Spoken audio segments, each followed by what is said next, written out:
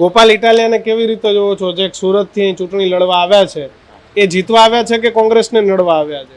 એ જીતવા માટે નથી આવ્યા, પરંતુ કોંગ્રેસને હરાવવા માટે આવ્યા છે. ભારતીય જનતા પાર્ટીથી પૂરતા પ્રમાણમાં ફંડિંગ લઈને બેફામ ખર્ચાઓ કરી રહ્યા છે. કોઈ પણ ભોગે કોંગ્રેસ અહીંયા જીતવી ન જોઈએ. ઘણા વર્ષોથી ભાજપ જીતી નથી શકી, એટલે ભારતીય જનતા પાર્ટીનું આ એક મોટું કાવતરું છે. અને એટલા માટે કે ભાજપને આ એક સીટ હારે કે જીતે એની સામે કોઈ મતલબ નથી, પણ ગોપાલભાઈને જીતાડી અને 27ની અંદર સમગ્ર ગુજરાતની અંદર જોમ જુસ્સા સાથે આમ આદમી પાર્ટી તમામ સીટ લડે, જેથી કરીને કોંગ્રેસને નુકસાન જાય અને ફરી વખત ભારતીય જનતા પાર્ટી 27માં સત્તા ઉપર આવે.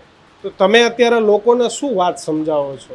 તમે જઈને જનતાને શું, તમારું કાર્યાલય છે, લોકોને સમજાવો શું છો તમે? અમે લોકોને એક જ મુદ્દો સમજાવી છે કે અમે કોંગ્રેસ પક્ષ ઘણા વર્ષોથી ઘણી વખત 2 વખત હર્ષદભાઈ ધારાસભ્ય તરીકે ચૂંટાયા છે. ત્યારે કોંગ્રેસના ધારાસભ્ય હતા ત્યારે ઘણા બધા આ વિસ્તારના કામો થયા છે, જેમાં કે દિવસની વીજળી, આ જંગલને અડીને આવેલો વિસ્તાર છે, દિવસની વીજળી પણ અપાવી છે. અમે કોંગ્રેસના ધારાસભ્ય હતા ત્યારે રોડ રસ્તાના ઘણા કામો કર્યા છે. ખૂબ કોંગ્રેસે આઝાદીથી અત્યાર સુધીમાં એક પણ બધી જગ્યાએ ડેમો એમણે બનાવ્યા છે. દરેક ગામની અંદર પ્રાથમિક શાળા કોંગ્રેસે બનાવી છે. આરોગ્યની સારી સુવિધાઓ, મફત સુવિધાઓ કોંગ્રેસે પૂરી પાડી છે.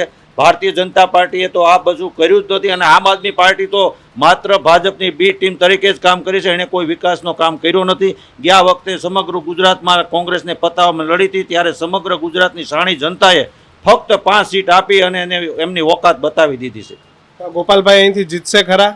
ગોપાલભાઈ કોઈ પણ કાળે અહીંથી જીતવાના નથી, કારણ કે ભારતીય જનતા પાર્ટી અને આમ આદમી પાર્ટી બે સંયુક્ત રીતે લડે છે. બે મતોનું વિભાજન થશે અને કોંગ્રેસ સ્થાનિક ઉમેદવાર તરીકે કોંગ્રેસ છૂટાશે. મિત્રો, આવા જ વિડીયો અને શોર્ટ્સ જોવા માટે આજે જ અમારી ન્યૂઝ રૂમ યુટ્યુબ ચેનલને સબસ્ક્રાઇબ કરો.